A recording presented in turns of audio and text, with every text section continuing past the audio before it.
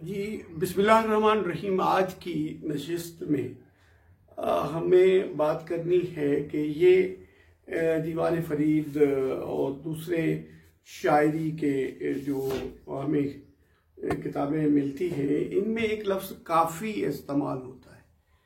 तो बहुत सारे लोगों की फरमाइश थी कि हम काफ़ी के बारे में कोई बात करें कि ये काफ़ी क्या है और इसका क्या मतलब है। और ठीक है, तो जो मुमकिन है हमसे वो आपकी खिदमत में पेश करते हैं।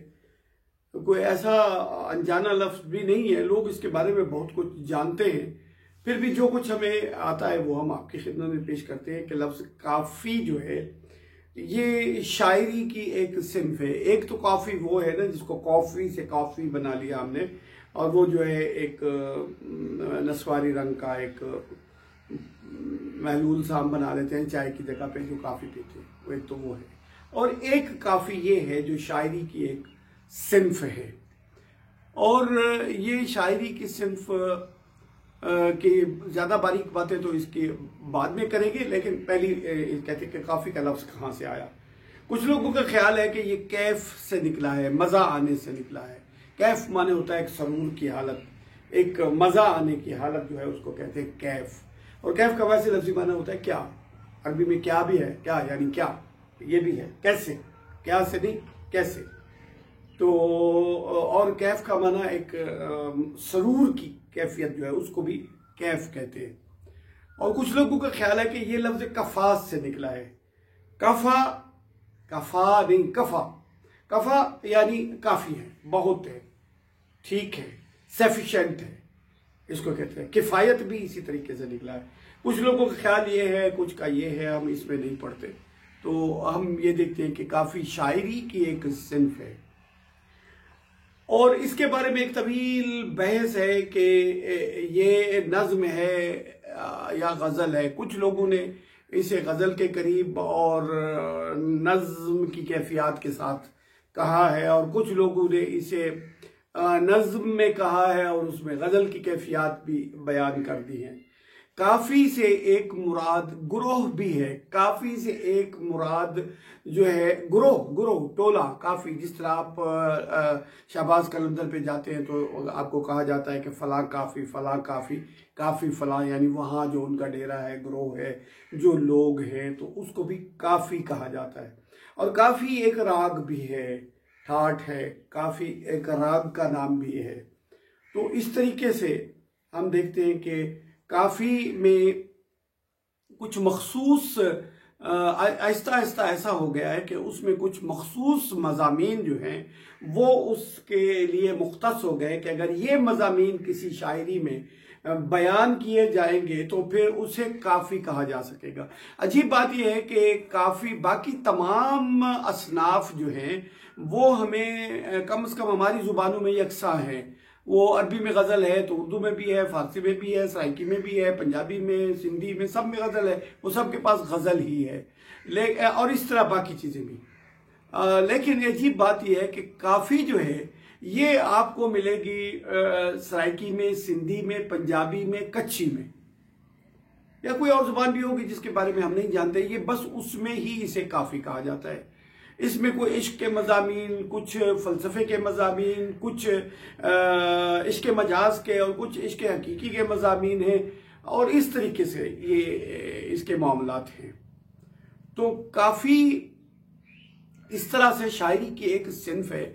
मिसाल के तौर पे ख्वाजा साहब का ये दीवान है, इसमें 271 काफ़ियाँ हैं। 271 काफ़ियाँ हैं, 271 काफ़ियाँ हैं। तो ये ख्वाजा साहब ने इसको तरतीब भी खुद दिया था। ये लफ्ज़ काफ़ी इस्तेमाल होता आया है वहाँ भी। तो इस तरीके से हम देखते हैं कि 271 काफ़ियों में ख्वाजा साहब ने इसमें जो हैयत के तजर्बे किए हैं कि ये किस तरह होगी, कि क्या इसके पहले 2 मिसरे होंगे, फिर 2 मिसरे होंगे, या 3 होंगे, या 4 होंगे, या 5 होंगे, या 6 होंगे, और फिर उसके बाद काफ़िए वाला मिसरा आएगा, और फिर उसके बाद वो 2, 3, 4, 5, 6 मिसरे उसके बंद जिसे कहते हैं वो आएंगे, और फिर उसके बाद वो काफ़िए वाला एक ऊपर से मिसरा आएगा, और फिर ऊपर से इस तरीके से। तो ख्वाजा साहब ने इसमें 271 काफ़ियों में कमोबेश 35 तजर्बे किए हैं। और वो गजल की हैयत में है तो भी उसको काफी कह दिया गया है, और बगैर मतले के हैं तो उसको भी कह दिया गया है, और मुसलसल काफिया जिसे हम बाहर कहते हैं, मुसलसल हर मिसरे में काफिया आ रहा है तो उसको भी काफी कह दिया गया है। और इसी तरह मजामीन के एतबार से भी मखसूस मजामीन है, इश्क के, मौत के। ख्वाजा साहब के पास तो ज्यादा डाइवर्सिटी, ज्यादा रंगारंगी हमें मिलती है, इसलिए काफी का लफ्ज वहां हमें मिलता है। इस वक्त तक एक फिक्रा जो हम कहना चाहते हैं कि दो मसाइल हैं काफिया की, एक ताकत है और एक कमजोरी है। अजीब बात है, जो इसकी ताकत है वही इसकी कमजोरी है। कि पहली बात तो यह है कि इस काफी की कोई हैयत मुतय्यन नहीं हुई। गजल की हैयत मुतय्यन हो गई कि वो एक मिसरा यूं होगा, एक मतला होगा, फिर एक मिसरा यूं होगा, एक काफिये वाला होगा, एक बगैर काफिये होगा, तो इसका मतलब है हम गजल कह रहे हैं। इस तरह से बाकी तमाम असनाफ जो है वो कता है, वो रुबाई है, वो नज्म है, वो बाकी जो कुछ भी है, उन सब की शक्लों का तयन हो चुका, उससे हटकर नहीं लिखा जा सकता।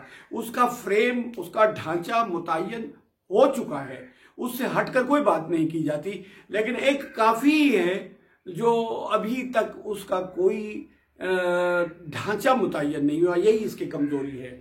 और मेरे ख्याल में यही इसकी ताकत भी है कि इसको लिखने वाले मौज में आकर, मस्ती में आकर, कैफियत में आकर, एक हालत में, एक सरूर में, गम की, दुख की, इश्क की, जज्बे की, जज्ब की, जनून की कैफियत में जो भी बयान करते हैं बस उसको काफी कहे कर। और इसके मजामीन का भी अभी तक बहुत बड़ा मसला है कि गजल का हमें पता है कि जी पहले जिस तरह थी कि औरतों से बात करने को, औरतों की बातों को हम कहते थे ये गजल है। फिर आगे जाके उसमें जमाने के मजामीन आ गए, सियासी मजामीन आ गए, बाकी सब कुछ शामिल हो गया।